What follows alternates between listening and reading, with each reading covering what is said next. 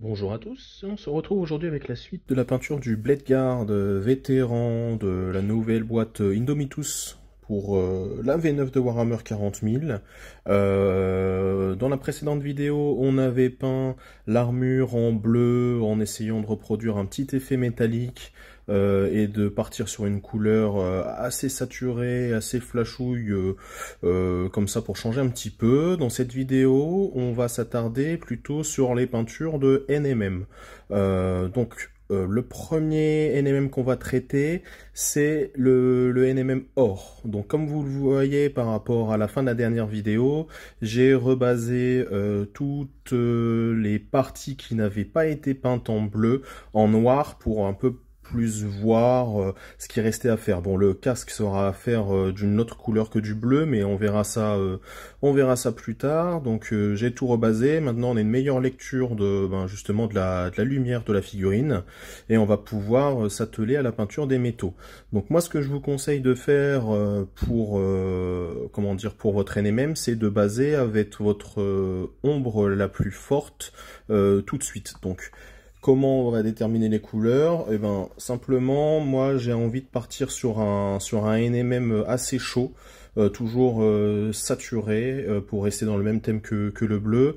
Donc, je pars toujours sur, on va dire, 4 pots pour déterminer la teinte que je vais donner à mon NMM. Et là, j'ai envie de partir sur ces teintes-là, qui sont des teintes chaudes et qui vont me permettre d'avoir un bel or assez jauni, etc. Donc, pour mon ombre la plus forte, c'est de l'ombre brûlée de chez comment ils appellent ça, donc Burnt Umber, donc de chez Vallejo en gamme R, donc important en gamme R, hein, parce qu'ils ont la même chose il me semble en modèle color et c'est pas le même rendu, donc important la gamme R, donc Burnt Umber. Ensuite, en teinte un peu plus claire, avec un genre de orange marronâtre ou un marron orangeâtre, comme vous voulez. Donc le Scrofulous Brown, donc je trouve fort sympa. Ensuite, on va commencer à aller vers du jaune clair désaturé un petit peu. Donc le Sand Yellow en modèle color. Et puis après, le classique chair claire, donc de Prince Auguste, donc l'équivalent chez Vallejo, je crois que c'est Palskin de mémoire, mais je suis pas sûr, faudrait regarder. Donc justement pour aller sur les lumières les plus hautes. Donc le but, une fois qu'on a ça, c'est de travailler ces différentes teintes, de les mélanger, de faire des transitions, etc. Et puis on va s'atteler à tout ça donc sur la figurine. Allez, c'est parti. Donc comme je vous le disais, le but en premier, c'est, enfin en tout cas pour moi, c'est de baser, donc j'ai déjà fait l'intégralité des parties de la figurine qui vont justement être en or, avec mon ombre la plus foncée, histoire que ça soit déjà positionné dans l'intégralité des creux et qu'on soit pas obligé de revenir dessus plus tard. Maintenant, une fois qu'on a fait ça, on a le besoin de poser des couleurs assez vives. Et si on est sur une base foncée comme celle-ci, on va avoir beaucoup de difficultés à monter nos couleurs. On n'arrivera pas à retrouver la saturation, etc. Donc, on va devoir, en gros, repasser du blanc sur les endroits qui vont être les plus clairs de notre NMM, pour un peu en faire un pseudo-sketching de nos plus hautes lumières, là où ça va être le plus important. Donc c'est ce qu'on va faire. Pour le blanc, moi j'ai l'habitude d'utiliser le blanc de chez Procolor que je trouve plutôt super. On va dire 2 couches. On a quelque chose de très opaque, enfin en tout cas de suffisant pour ce qu'on fait. Même si c'est écrit que c'est de la peinture pour aérographe, vous inquiétez pas, ça se passe très bien au pinceau, pardon. Donc c'est parti, je continue donc avec le pinceau Christopher Kolinsky, donc en Silver Series, taille 1. On continue, j'avais été plutôt agréablement surpris sur les peintures la peinture de l'armure, donc on va continuer avec celle-ci. Hop, c'est parti. Donc là, on n'essaye pas, comme d'habitude, on n'essaye pas de couvrir immédiatement, ça sert à rien. On vient juste poser nos lumières, entre guillemets, comme ça. Donc on va dire que la lumière va plutôt être ici, on va avoir une lumière qui va être sur le haut de la tête de mort, ici aussi, et derrière, je pense, sur le bout de nos plume du logo. Donc je vais vous faire ça. On part comme ça.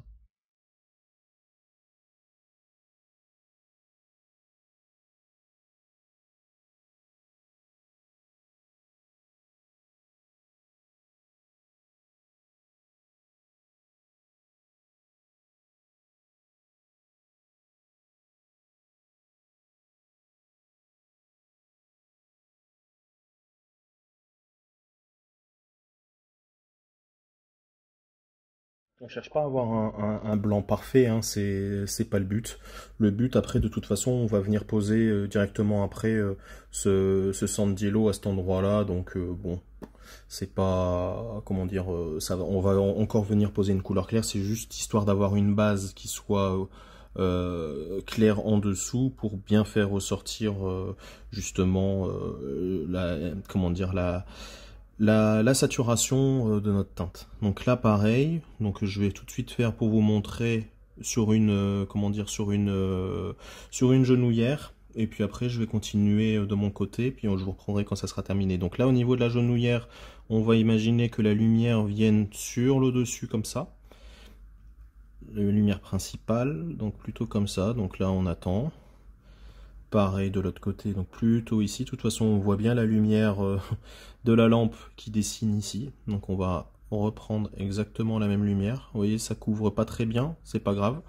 On viendra, comment dire, repasser une couche juste après. Ici, pareil, le haut du crâne va plutôt être très lumineux. Dans les creux, ici, pareil. Et on peut faire un petit brossage comme ça, histoire d'aller chercher un petit peu de blanc. Au niveau de ce côté-là, on peut voir que ici, ça devrait être plutôt clair. Ici, plutôt clair. Ici, clair. Ici, clair. Ici, clair, etc. Je le répète, là, on est plutôt en mode sketching. On cherche rien de précis. On est juste en train de faire un pré-éclaircissement. Souvent on fait des pré-ombrages, là c'est plutôt un pré-éclaircissement pour préparer les teintes qui vont arriver. Donc voilà un petit peu l'idée. Je vais finir ça de mon côté, et puis, puis je vous reprends pour vous montrer une fois que j'aurai terminé sur l'entièreté de la figurine. Donc voilà, une fois le blanc posé un petit peu partout, sur toutes les zones qui seront donc en NMM doré, pour... on va dire donc, comme je disais, donc pré-éclaircir ce NMM pour faire ressortir les couleurs. Donc j'ai réalisé donc tout ce travail-là à la fois sur les pièces qui sont pas encore collées, mais également donc sur cette figurine. Donc en fait, pour rappel, hein, comment travailler le NMM, ce qu'il faut anticiper, c'est que ça va être une opposition de couleurs très claires et des couleurs très sombres. Donc là, j'ai envie que ce NMM soit très pétant, soit très brillant. Donc j'ai des zones de lumière qui vont être assez grandes et des zones d'ombre qui vont être assez restreintes, même si on va venir retravailler tout ça au fil de l'eau en fonction du rendu qu'on souhaite. Donc là on a déjà notre ombre max, on a notre lumière qui va être posée là, et voilà, le travail c'est à vous d'anticiper comment vous voulez poser vos lumières, comment pour vous la lumière va réfléchir à certains endroits. Donc là on imagine quelque chose de bombé au niveau justement de l'épaulière, donc la lumière qui va venir du haut va plutôt taper au centre, et sur les côtés on imagine que quelque chose va être dégradé et ensuite revenir sur une lumière. Il n'y a pas de science exacte, c'est à vous de réfléchir vos lumières, comment vous voulez les poser, etc. Il y a certaines logiques, souvent le point central qui sera le plus lumineux, puis un dégradé plutôt vers l'extérieur. Ici pareil, les parties hautes qui seront lumineuses. Là je veux faire les parties extérieures qui seront lumineuses et un dégradé vers l'intérieur. Au niveau du bouclier par exemple, j'ai travaillé des zones claires, puis des zones d'ombre, des zones claires, puis des zones d'ombre, etc. Là j'imagine que le bouclier sera plutôt le haut de ce côté-là, donc j'ai imaginé que la lumière allait tomber ici, puis enchaîner sur une zone d'ombre, puis sur une autre lumière, avec une lumière qui sera plus en bas, qui sera peut-être un réfléchissement du sol, etc., etc. La lumière qui va taper du haut, qui va venir rebondir ici, puis ici, un petit peu moins là, donc toujours une alternance en fait de d'ombre et de lumière, et avec un contraste important qui va faire que justement comment dire, le rendu final sera satisfaisant. Voilà, donc la prochaine étape, une fois qu'on a fait ça, c'est quoi? Eh ben, c'est de prendre notre Sandiello et de venir l'appliquer sur justement sur toutes les zones blanches. Donc maintenant qu'on a passé le blanc, et ben le Sandiello va être très facile à poser. Il n'y a pas de difficulté. Normalement, pratiquement avec une seule couche, ça sera suffisant. Et là, on aura notre lumière pratiquement max. Hein. Pour rappel, la lumière max, ça sera le chair clair. Mais déjà là, au niveau du Sandiello, vous voyez, on est déjà sur quelque chose d'assez lumineux. Donc voilà, donc je vais continuer ça. Il n'y a pas forcément de technicité ou de choses à appréhender par rapport à ça, c'est juste recouvrir tout ce qu'on vient de faire précédemment en prenant soin justement de pas déborder, de respecter, etc. Et puis on y va, on repasse sur toute la figurine et une fois qu'on aura fait ça, on va commencer à ajouter des teintes intermédiaires, etc.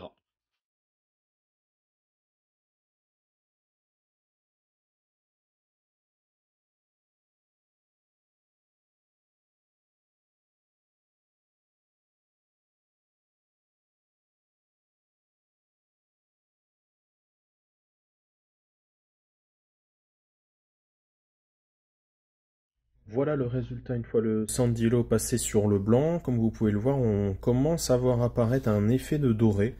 Et il me paraît bien sympa. Je pense qu'on s'oriente vers un truc qui va bien matcher avec le bleu. Donc on va continuer. La prochaine étape, c'est qu'on va travailler donc avec le Scrofulous Brown, donc de la gamme Color de chez Valero. Ce qu'on va faire avec celui-ci, c'est qu'on va venir le poser justement aux extrémités des zones claires. Donc on va venir manger un petit peu de la zone de lumière jusqu'ici par exemple, et à chaque fois comme ça, en laissant un petit peu quand même de, comment dire, d'ombre max. Le but c'est pas de recouvrir l'ombre max, c'est plus de venir manger sur la lumière, etc. Donc on commence à apporter en fait nos teintes justement de transition entre tout ça. Donc là on y va, donc on prend son petit, hop, et donc on vient appliquer ça, donc comme ça, sur de ce côté-là et jusque ici, en mangeant un petit peu sur l'ombre. On y va, on n'essaye pas d'avoir... là je vais essayer d'en mettre ici, je vais en mettre ici pour dire que... Voilà, ça c'est comme vous voulez, hein, comme là, hop, sur le côté, hop, sur le côté. Pareil ici. Hop, sur le côté. Là, j'ai ma zone d'ombre qui est vraiment petite, donc je vais pas venir l'entacher avec cette teinte pour l'instant. Et on continue comme ça sur toute la figurine. Vous voyez, on commence en fait à apporter des petites couleurs de transition. On amène un petit peu de chaleur justement à notre aîné, même avec un genre de orange marronâtre. Et ça, c'est plutôt pas mal. Ça a apporté un petit peu de nuance à tout ça. Donc voilà, il faut juste continuer. Et on fait ça en fait sur l'entièreté du NMM. Je vais essayer de faire avec vous justement le petit blason. Donc pour le blason, on va venir sur chaque plume et on va se mettre justement à côté de la zone de lumière précédente pour venir se poser ça comme ça. Je sais pas si vous voyez très bien.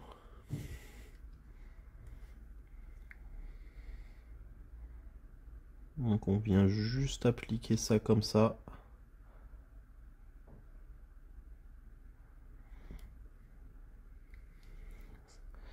Si ça a trop mangé, on va attendre que ça sèche, hein, Si ça a trop mangé notre lumière, et ben on repassera, y a pas de souci, hein. Là, je vois par exemple, c'est un petit peu trop mangé. C'est pas le but. Le but, c'est quand même de garder justement un max de lumière sur cette partie-là, qui est une partie clé de la figurine. Le regard vient tout de suite se poser dessus. Donc, faut vraiment conserver au maximum la lumière. Donc, je sais pas si vous voyez le rendu, mais on commence à avoir un vrai effet, ou du moins sur le blason, un vrai effet de doré, quoi.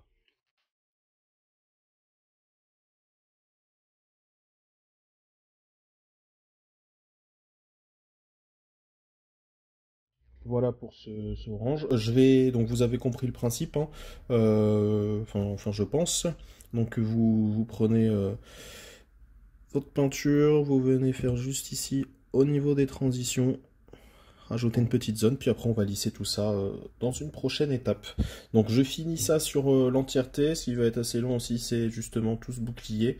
Puis je vous montrerai typiquement sur le bouclier le rendu une fois tout ça terminé. Une fois qu'on a posé le orange partout, ça donne ça. Et on va pouvoir attaquer la partie marron. Donc faire des transitions avec la partie marron là. Donc qui dit transition dit simplement mélange. Donc les deux teintes qu'on a, c'est cet ombre brûlé Burnt Amber, donc qui nous servait de couleur la plus foncée, et de ce orange là, le Scrofulous Brown. Donc en gros, on fait un mélange 25 de Scrofulous Brown et 75 de Scrofulous Brown et 25 d'ombre brûlée.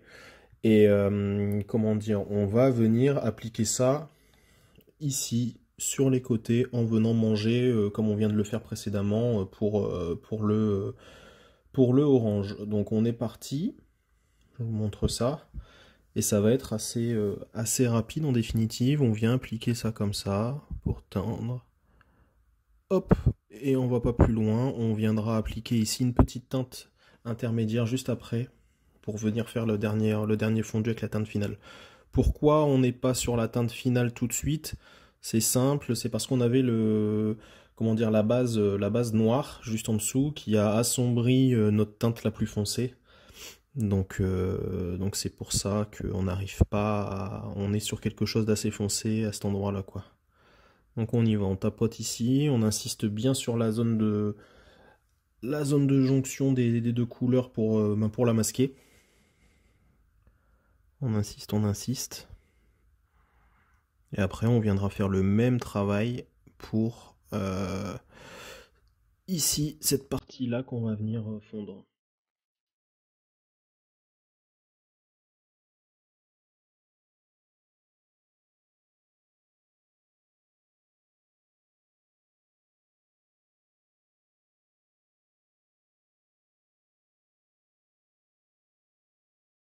Voilà, maintenant, on va prendre un mélange plutôt 50-50,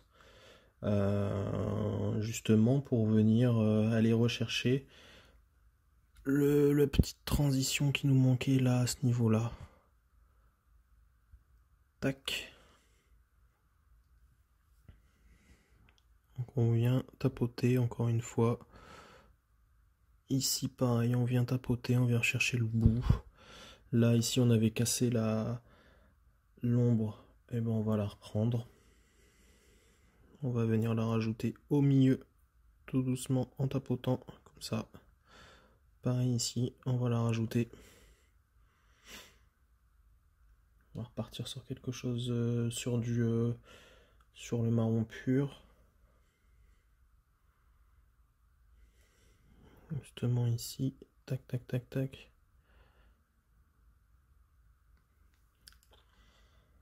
En fait c'est ça, c'est tout un jeu de j'ajoute, j'enlève, je repars sur une teinte précédente, je repars sur la teinte suivante, etc. jusqu'à temps que j'arrive à obtenir une transition qui est satisfaisante. Donc c'est un processus qui est assez long, mais une fois qu'on a terminé, on est quand même satisfait du résultat et on est assez fier. Donc ça vaut la peine, en tout cas. Ici je reprends plutôt mon orange. Voilà, donc là, cette zone-là est pas facile. On va continuer. Là, ici, je reprends pour entre les deux là. Tac. Voilà pour ça. On va faire le même travail de transition, mais plutôt cette fois-ci entre le orange et le jaune pâle. On va faire un 50-50 des deux teintes. Et on va venir justement fondre tout ça. Ça c'est assez facile sur des teintes claires, souvent c'est un peu plus facile. Hop hop. Donc on est parti, typiquement ici. On fait pareil, on se met entre les deux et puis on vient fondre. Tac. Pareil ici sur les angles, on vient rattraper. Essayer de fondre. Là en haut.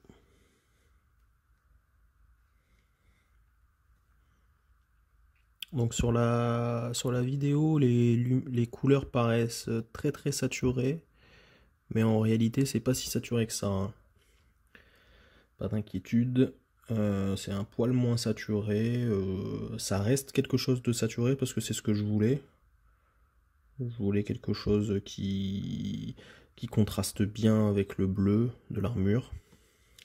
Mais quand même pas au point du rendu vidéo, quoi. Mais bon, on y est presque. Faudrait que je regarde le réglage de la caméra pour avoir des couleurs un peu plus fidèles, mais bon. Voilà, donc ici je viens reprendre ma couleur de base ici. Hop, hop, hop. Ici j'ai oublié de faire la transition à l'intérieur.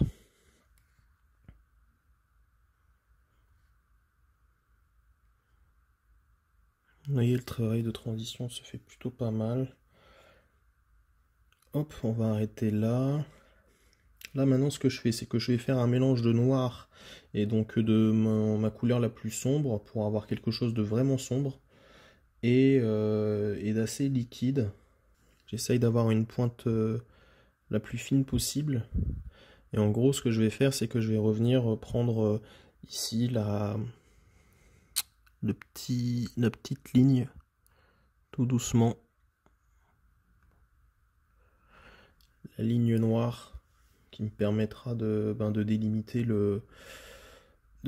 les zones et qui aide à la lisibilité du métal.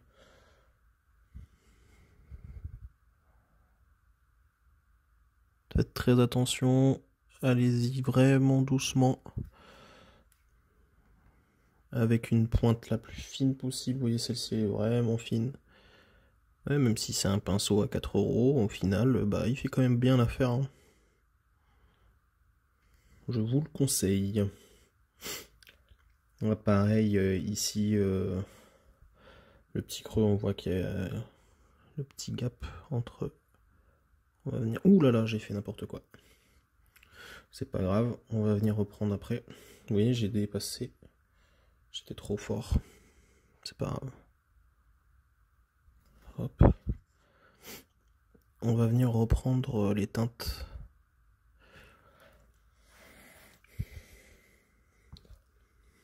Donc, on reprend. C'est pas grave, j'ai été un petit peu trop fort. Ça vous montre vraiment la réalité des choses, hein, et on fait des erreurs. Donc je vais reprendre ma lumière ici.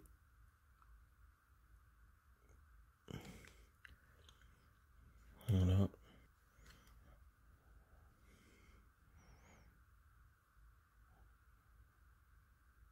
La petite transition. Voilà. Le petit orange. Enfin le marron. Voilà. Et puis nos petits mélanges de marron. Ici. Voilà, donc au final on s'en sort plutôt pas mal. Ok. Je regarde, je vois qu'ici on a des soucis là. On a des soucis, c'est pas propre à ce niveau-là, donc on va reprendre la lumière là. Clic.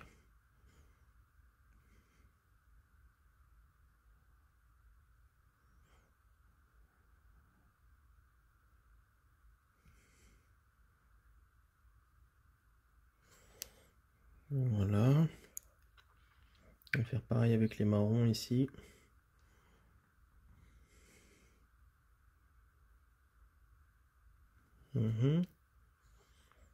Et voilà, bon, je pense qu'on est plutôt pas mal. Next step par rapport à ça, c'est de monter un poil plus donc nos lumières. Donc on s'était arrêté donc au Sandiello. Là, je vous rappelle, normalement notre lumière maximale c'est le chair clair. Donc là, on va monter en chair clair, justement en 50-50 Sandiello et chair clair. Donc la lumière supplémentaire va venir plutôt ici. Donc je l'applique comme ça, comme un trait au milieu. Elle va venir taper. Pareil, elle va venir plutôt là, au-dessus. Hop. Je sais pas si vous voyez, mais on commence à bien voir arriver l'effet métal. Donc le contraste commence à être important entre nos zones claires et nos zones foncées. Et tout de suite, ben, ça fait ce petit effet métal. Voilà, ici je vais venir récupérer aussi dans le coin. Là aussi dans le coin. Pardon. Tac tac. Et là aussi. Oula. Et bien décidément là, c'est pas mon soir.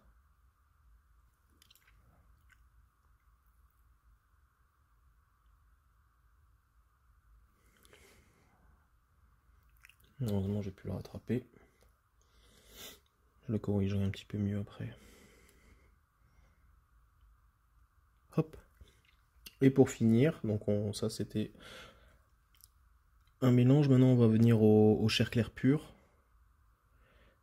Et on va passer ça juste en petits traits ici. Tac tac tac tac, des petits points. Simuler comme une ligne de lumière. Un reflet max. Voilà, pareil ici. Voilà. Point important quand on fait un NMM, c'est de venir faire un lining sur toutes les arêtes. Alors ce lining, il a une importance, c'est que justement, il va donner tout l'éclat au métal et finir vraiment la pièce. Donc ce que je fais, c'est que je prends mon Sandiello et donc je vais passer avec la tranche de mon pinceau un lining sur toutes les arêtes de cette épaulière. On insiste. On y va tout doucement. Tiens, je vois que j'ai oublié ici de faire un, je le ferai après. Et quand on fait ce petit lining, justement, ça nous permet de voir des endroits qu'on aurait potentiellement oublié de traiter avec tous nos systèmes de fondu, etc. Certaines fois, on oublie des endroits de la figurine.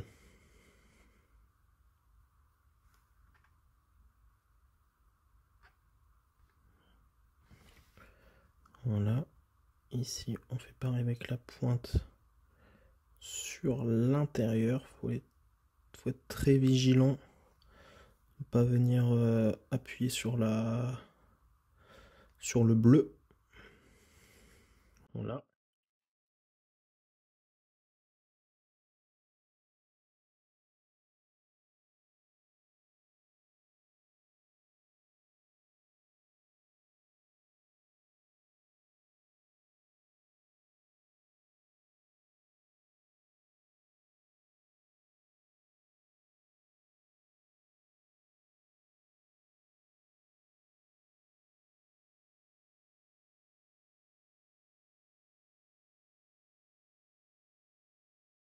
Voilà pour cette épaulette. Je vais sûrement reprendre des choses, notamment ici, et puis je vais faire le même travail sur l'intégralité de cette figurine avec les genouillères, etc. Puis je vous reprends une fois que ça sera fini, et sûrement une fois que j'aurai terminé ça, ce que je vais faire, c'est que je vais coller le restant des pièces sur la figurine, comme ça on va avoir vraiment une image un peu plus finale du rendu de ce NMM et donc de l'armure. Et voilà, une fois ce NMM or terminé, la figue montée entièrement, on se rend compte de l'effet.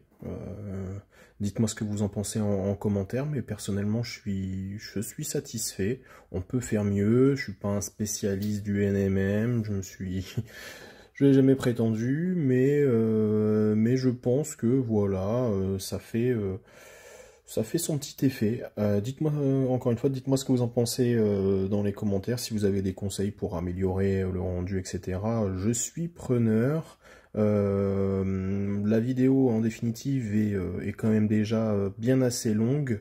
Ce que je vais faire, c'est que je vais m'arrêter là pour aujourd'hui, et puis on fera la partie NMM acier sur la lame, sur le pistolet ici, sur le bolter, sur la boucle, à l'intérieur, etc. Puis un petit OSL ici, et là à l'intérieur, hein, parce que d'après ce que j'avais vu sur l'illustration, il y avait un semblant d'épée, un début d'énergétique, donc on va essayer de répliquer ça. On fera ça donc dans la prochaine vidéo, ça risque d'être assez rapide.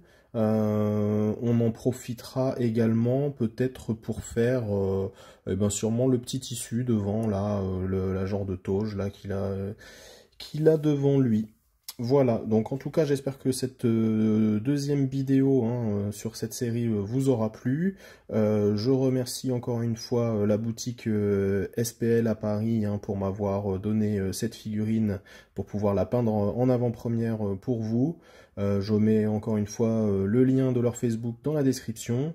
En tout cas, si cette vidéo vous a plu, ben faites comme d'habitude, mettez-moi un petit j'aime, ça m'aide à déjà faire développer la chaîne. Et puis si vous voulez pas louper les prochaines vidéos, et ben souscrivez à un abonnement. Et puis je vous dis bonne peinture et à bientôt.